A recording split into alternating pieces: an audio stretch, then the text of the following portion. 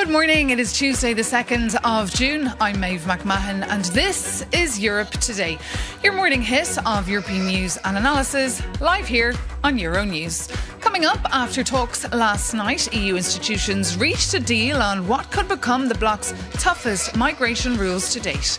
Known as the so-called Returns Directive, the regulation would expand deportation powers for member states. Some fear Brussels is adopting elements of the US approach to migration enforcement. By the way, on the trade front, MEPs on the European Parliament's Trade Committee will be voting today on the Turnberry Tariff Agreement covering transatlantic business. Valued at $1.68 trillion, the vote is expected to pave the way for final ratification and implementation of the much-debated deal. And after 2 months of haggling, Mette Frederiksen will soon return as the Danish Prime Minister for her third term. Her four-party centre-left coalition consists of her Social Democrats, the Moderates, the Green Left and the Social Liberals. The government's priorities will be presented today, while ministers will be named tomorrow.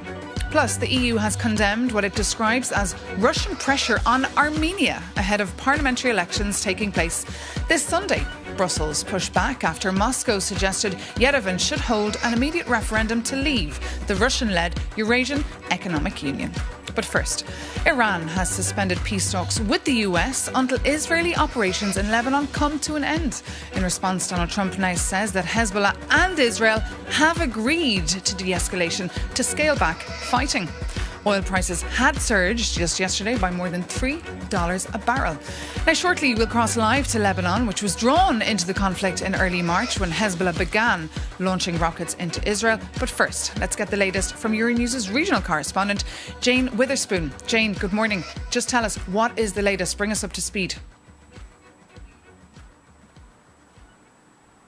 Good morning. This really is a tale of two sides, with each saying completely different things. President Trump said yesterday he couldn't care less whether the peace deal talks with Iran continue or whether they fail.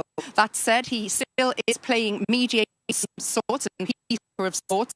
He announced that he has spoken to Hezbollah via intermediaries and secured an agreement that it would not attack Israel. He did, of course, take to his Truth Social and he wrote, "I had a very productive call with Prime Minister Bibi Netanyahu of Israel, and there will be no troops going to Beirut, and any troops that are on their way have already been turned back." Jane, is this just tactics, though? Could we really see more escalation?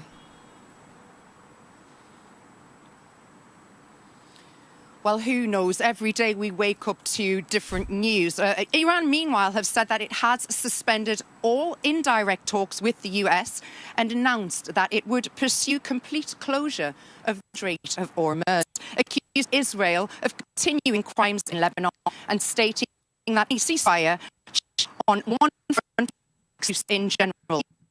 Iran foreign spokesperson. And just, Jane, if I may, what impact is this all this uncertainty having on business? Well, if you can imagine, all prices continue to surge. OK, and apologies to our viewers there. We're having some technical difficulties hearing there from our correspondent. That was, of course, Jane Witherspoon reporting live there from Dubai. And now for the view from Lebanon, we can head to Beirut and speak to the Lebanese MP and former Deputy Prime Minister Ghassan Hasbani. Good morning. Welcome to the programme. Thank you so much for joining us. Good morning. So look, President Trump has said now he's had a severe call with Israel's Netanyahu, and now he says no Israeli troops can go into Beirut. Have you any faith, though, in this phone call? Well, the situation is actually more complicated than this. The Israelis had threatened to target the suburbs of Beirut, the stronghold of Hezbollah headquarters, if Hezbollah continued to target Israel's towns and settlements in the north. And that was basically the condition that after calls between the Lebanese authorities and the United States administration, we ended up with effectively averting the suburbs of Beirut such an attack and the de-escalation of the conflict, with the promise from Hezbollah that they would cease the targeting of the Israeli towns. Yet this has not been really cemented and clarified as how it will be implemented. and whether it will hold for a long time. This morning, it has been quieter than the last few days, of course, but it is unclear whether the Israelis will continue their operations in the south of Lebanon on the ground against Hezbollah, or whether they will simply cease all operations based on this U.S. request to clear the way for the Lebanese-Israeli discussions in Washington. And that's the big concern. Is a real ceasefire actually taking shape? Because we're seeing clashes still ongoing despite all those announcements, and also 2 Israeli soldiers killed just by Hezbollah. Yes, indeed. I think the impression here on the ground is that the ceasefire would probably be limited to not targeting the Beirut suburb, if it holds. But the operations on the ground in the south seem to be continuing against Hezbollah, who incidentally was the one who restarted this confrontation by sending rockets to Israel upon the assassination of the Khamenei. And what about the Israelis? Do you trust the Israelis to stop the killings? We haven't heard now from Netanyahu after that phone call last night with President Trump. I don't trust any side to stop anything, because Hezbollah is an Iranian faction on Lebanese territory. Their actions are being largely dictated by the war that's ongoing today, and they are effectively a militarized force outside the Lebanese government control on the Eastern Mediterranean, controlled by Iran. And they are at war with Israel. So it's not the Lebanese state that's at war with Israel at this point. And effectively, what the Lebanese state is trying is to de-escalate and avert or avoid further destruction in Lebanon in a war that is not for Lebanon to be part of anyway. And describe now the situation on the ground in Lebanon. It got from bad to worse recently. Indeed, it got worse, and we had effectively a cessation of hostilities for about 15 months before it restarted in March, as I said, as Hezbollah restarted targeting Israel. It was essentially a fragile ceasefire on the premise that Hezbollah would be fully dismantled by the Lebanese government. This was happening, but at a much slower pace than expected, given the limited capabilities available at with the Lebanese armed forces. But the war in Iran triggered a new attack from Hezbollah towards Israel, which led to a further escalation that we are seeing right now. So it's very difficult to tell how this will end, but it is very important to know that the Lebanese government has announced Hezbollah to be an illegal entity, the military activities of Hezbollah to be completely illegal. And today it is about how can the Lebanese government control all of its territory and establish its sovereignty with the help of its supporting countries, and to control the decision on war and peace, so that we can avoid such a situation happening in the future where militarized factions on Lebanese territory can pull the trigger at any point in time and drag Lebanon into a war with Israel again. And on that point, do you feel supported on the international stage, or do you feel completely isolated? No, right now there's great support, particularly coming from the United States administration. We rarely have this kind of attention at the highest possible level, which is the president in this instance. We have the support of the European Union and the European countries individually to bring about stability and peace to Lebanon, and to control any activities on Lebanese territory by the Lebanese government, so that the country can recover, we can reconstruct what was destroyed, and we can exit from an economic and financial crisis that we have been struggling with for many years, even before the conflict started. But as you said earlier, you do not trust the Israelis at this point. What do you think their end game is here with their military incursion? I do not trust neither the Israelis nor the Iranians to stop this conflict until there is a clear resolution to the arms outside the Lebanese government control. Effectively, Lebanon for more than 70 years has been struggling with militarized factions on its territory outside the Lebanese government control, launching attacks on Israel, and Israel retaliating and invading, then withdrawing, then invading again. So this has been an ongoing situation for many, many years that Lebanon cannot sustain.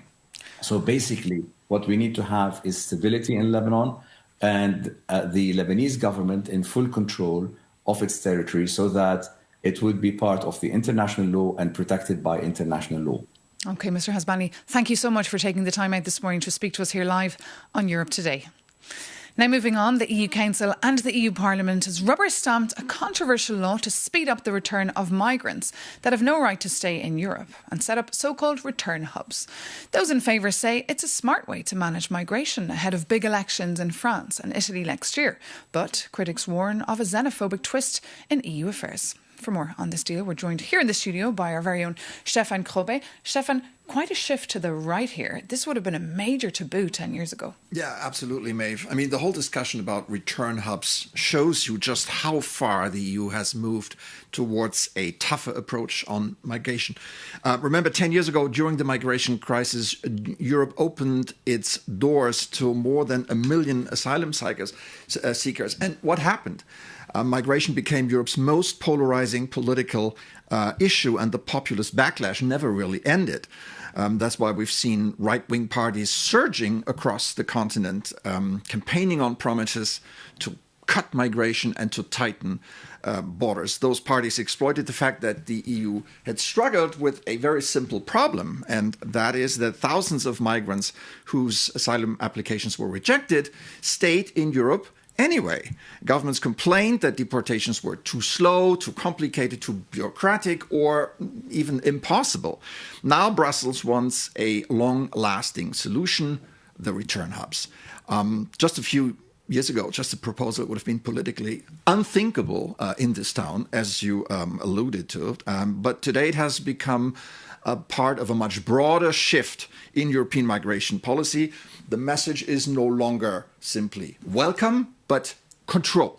The EU has strengthened border controls, expanded the powers of Frontex, and signed migration deals with countries outside the EU.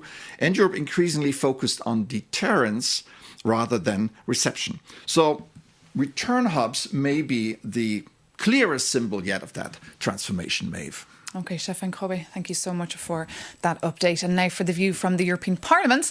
Coming up, we'll be joined by Charlie Weimers, the Swedish member of the European Parliament from the right-wing Swedish Democrats, the Vice President of the European Conservative and Reformists, who's been working on this file inside the European Parliament. The Parliament, of course, will have to greenlight this file and also EU countries, but it could enter into force as soon as next month. Good morning, sir. Welcome to Europe Today. Good morning. Thanks for having me. So I know we've been debating this here in Brussels for months, but just remind our viewers what is in this deal, because some say the measures are rather draconian. Well, the EU has reached a landmark deal on the return regulation. That means, for instance, longer detention periods to prevent people from absconding, firm entry bans that carry real weight, and the legal framework for return hubs. So indeed, the era of deportations has begun. We're moving from words to actual enforcement of our laws and our borders. But this kind of language would not have been used here in Brussels 10 years ago. What has changed? Reality has kicked in, and everyone sees that mass uncontrolled migration cannot continue, and people demand answers to how we are going to take back control over the migration policy. And remember, 1 out of 5 with a final return decision is going home today. Hundreds of thousands of people are going into the shadows every year in Europe, and that needs to stop. But the mass migration crisis, if you like, was in 2016. In 2026, the picture is very different, and the numbers of irregular migration are gone down, if you look at the Frontex figures. Well, they have gone down since 2015. That was a very extreme year.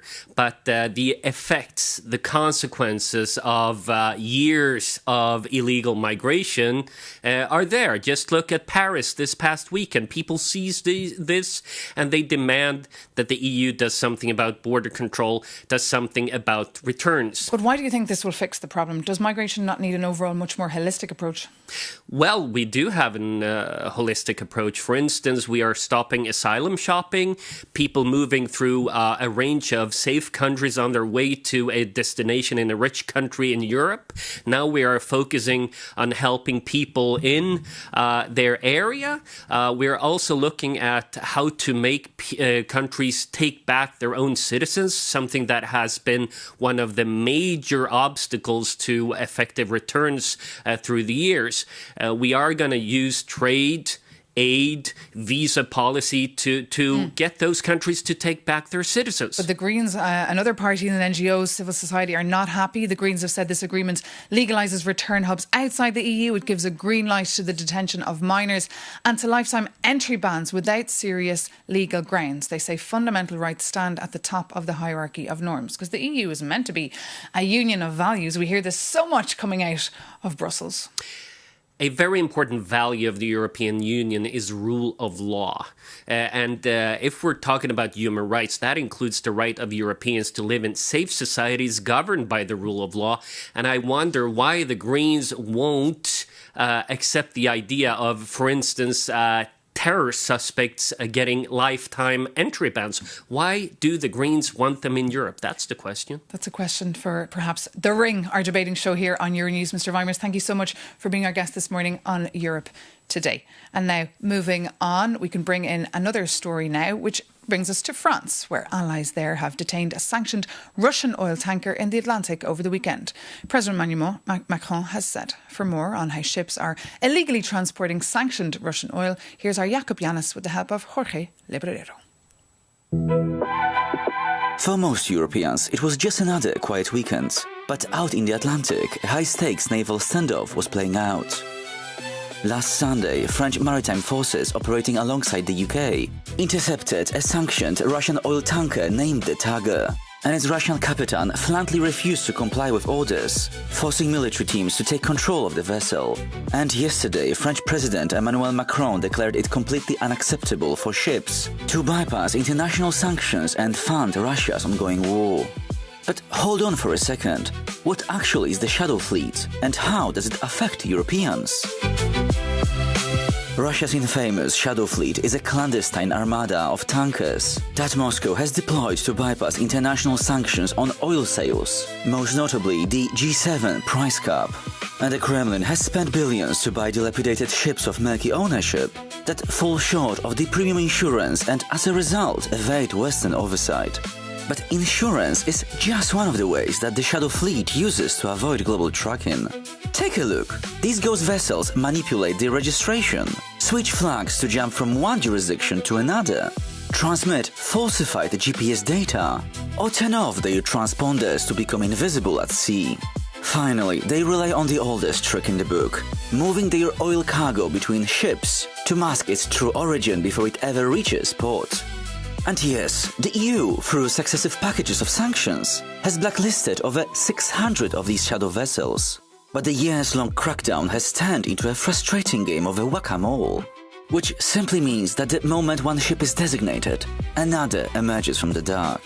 Which might seem like fun, but for Europeans, this is not just a financial game of cat and mouse.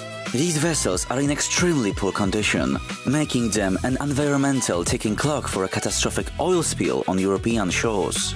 Also, a tanker thought to be a part of the fleet has been caught in the Baltic Sea, dragging its anchor to damage critical undersea cables.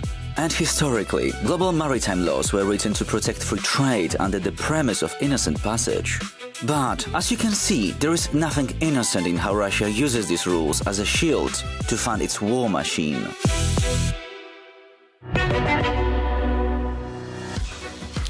And with that, we can bring this edition of Europe Today to an end. If you'd like to share your view with us on any of the stories we're covering for you this morning, do reach out. europetoday@euronews.com is our email address. Europe Today is also available to listen to as a podcast or read as a newsletter. So do sign up, subscribe and stay informed with us here on Euronews. But for now, bye from Brussels.